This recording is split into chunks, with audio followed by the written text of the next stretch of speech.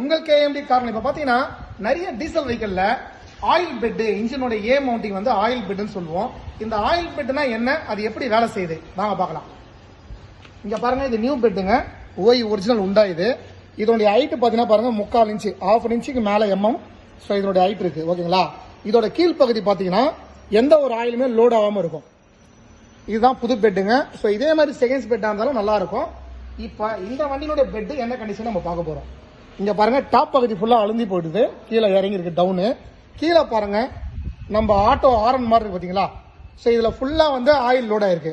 இப்போ நம்ம இந்த ஆயில் எப்படி லோட் ஆயிருக்கு நம்ம பார்க்க போறோம். உங்களுக்கு நான் லைவா காமிக்க போறேன்.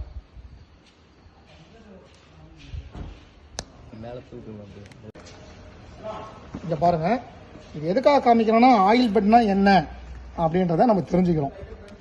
இங்க பாத்தீங்களா, இதுல பாருங்க ஒரு கிரீஸ் மாதிரி வருது பாருங்க ஆயில். இந்த ஆயிலினுடைய லோட்ல தான் நம்மளுடைய வண்டியினுடைய வைப்ரேஷனை, இன்ஜினுடைய வைப்ரேஷன் வந்து இந்த பெட் வந்து அப்படியே வாங்குது. ஸோ அந்த வைப்ரேஷன் வந்து நம்ம வண்டிக்கு தெரியாது. இந்த பெட் வீக் ஆச்சுன்னா நம்ம ஸ்டேரிங் டேஷ்போர்ட் எல்லாமே பார்த்தீங்கன்னா கிடுன்னு ஆடும். மூவ் பண்ணும்போது ஒரு வைப்ரேஷன் வரும். இப்போ இந்த வண்டிக்கு நம்ம இந்த ஓய் பெட்டை போட போறோம். வண்டி ஸ்மூத்தா இருக்க போது. நன்றி.